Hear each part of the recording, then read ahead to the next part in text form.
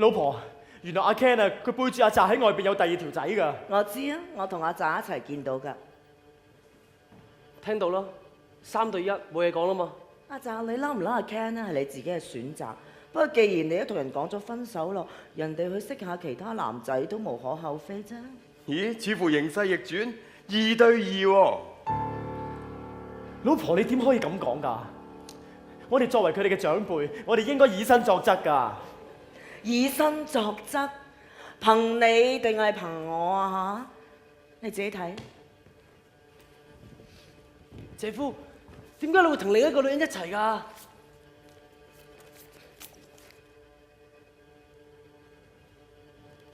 原來你已經知道晒。Sorry 啊 ，Alice。件事本來我哋應該要私底下解決，但既然阿澤喺度，佢已經知道晒成件事，我費事解釋多一次。我哋不如離婚。離婚？但係 Alice 你自己喺外邊都有外遇啦。既然係咁啊，我哋不如承認我哋係想要一啲刺激，但係咁樣並唔代表我背叛咗你啊。阿澤，3對1啦。Alice， 不如我哋 make 個 agreement， 睇下點樣配合我哋各自出去偷情呢件事啊！阿 D， 你有冇搞錯啊？偷情都要 make agreement？ 你係咪想我俾翻同一個 offer 你，等你可以合理化你有外遇啊？我咁都俾你估中添，但係咁咪有啲咩問題啊？正正係因為我哋咁愛大家，而且我哋仲咁識得相處，所以我覺得一定 work 㗎。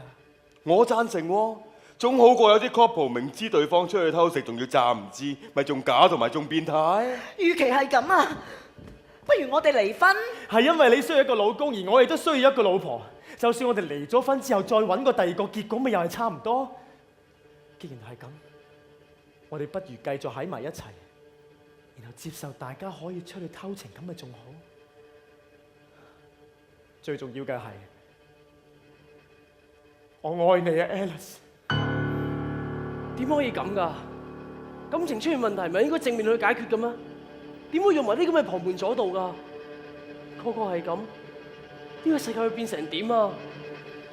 阿澤，唔使擔心呢個世界會變成點，因為呢個世界已經變成咗係咁㗎啦。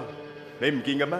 而家賣衫啲鋪頭已經唔會揾啲 model 着住佢哋啲衫出去宣傳，反而揾班裸男唔着衫出去遊下街，仲多人幫襯。冇所謂㗎 ，work 就得㗎啦。既然你姐夫都講咗話愛你家姐咯，點解你家姐仲要因為啲咩專一愛情呢啲咁唔現實嘅諗法而放棄一段咁好嘅關係呢？唔係咩？你俾啲時間我考慮下。Alice，